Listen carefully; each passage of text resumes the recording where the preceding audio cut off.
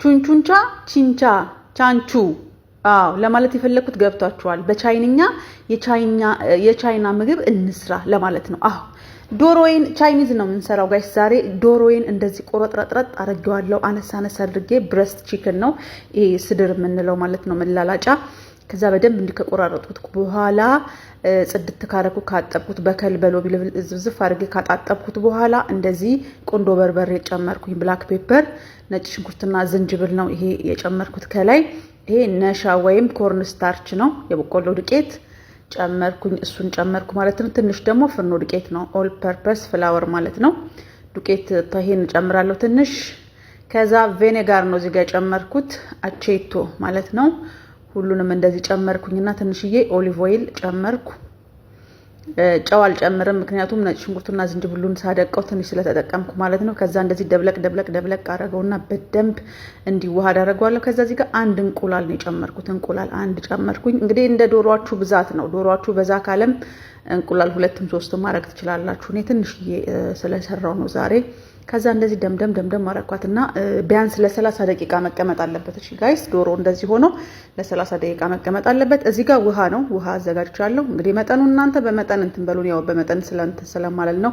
እዚህ ጋር ሶያ ሶስ ነው የጨመርኩት። ሶያ ሶስ አለ እዚህ ጋር ሶያ ሶስ ሆኖ ስዊቱ ነው ይሄ ስዊት ሶያ ሶሱ ማለት ነው። እንደ የ3 ማንኪያ ነው። እኔ ያው እንደ ዶሮ ነው የሰራሁት። እኔ መጠኑን ስለማላቅ ነው እንግዲህ እናንተ እንደምትሰሩት። እልሙህም የሶሱን እንትን ከነገርኳችሁ በቂ ነው ብዬ ነው። ከዛ እዚህ ጋር ከቸፕ ጨመርኩ። ስዊት ቺሊ ነው ይሄ። ሶያ ሶስ ጨመርኩ፣ ስዊቱን ሶያ ሶስ ጨመርኩ። ከዛ ከቸፕ ጨመርኩ። ከዛ ይሄ ስዊት ቺሊ ነው። ከዛ ቬኔጋር ወይም አቼቶ ትንሽ ጨመርኩኝ ማለት ነው። ሁሉንም እንደዚህ ከጨመርኩኝ በኋላ ትንሽ አሁንም ነሻ ነው የጨመርኩት። እዚህ ጋር የበቆሎ ዱቄቱን ነሻውን ጨመርኩኝና ሚክስ አደረኩት። ማሰል አደረኩኝና አስቀመጥኩት ሶሱ ማለት ነው። ከዛ ሽንኩርት ማለት ነው፣ ባሮ ቀይም ካላችሁ ችግር የለውም። ቀይም ሽንኩርት ካለ እኔ ያው ነጭ ስላለኝ የተጠቀምኩት። ይሄም ከሌላችሁ ቀይ ሽንኩርት ኖርማሉም ሽንኩርት ከሆነ ችግር የለም ይሆናል። እሱን በተለቅ አድርጋችሁ ነው የምትከትፉት። ከዛ ፔፐር ነው ይሄ የማያቃጥለው ቃሪያ በከለር ነበር የነበረኝ። እሱን እንደዚህ ቆራረጥኩት። ዝንጅብል እንደዚህ ነው የቆረጥኩት፣ አላደቀውም። ዝንጅብሉንም ነጭ ሽንኩርቱንም እንደዚህ ጎረድ ነው ማረገው።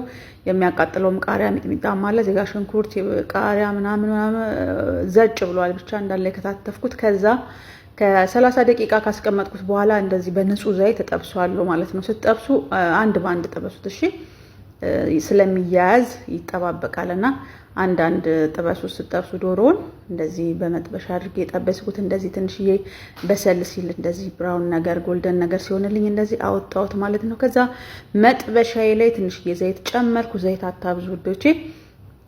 ከዛ ነጭ ሽንኩርትና ዝንጅብሉን ጨመርኩኝና እነሱን አማሰልኩት። ማሰል አረኩኝና ሽንኩርቱን ጨመርኩት። ባሮን ሽንኩርት ብዙም አይቁላላም ማሮቼ። እዚህ ጋር ብዙም አታቅሉትም። በቃ ሀፍ ኩክ ነው መሆን ያለበት። የቻይኒዝ ምግብ ብዙ ጊዜ ታውቃላችሁ ሀፍ ኩክ ነው የሚሆነው።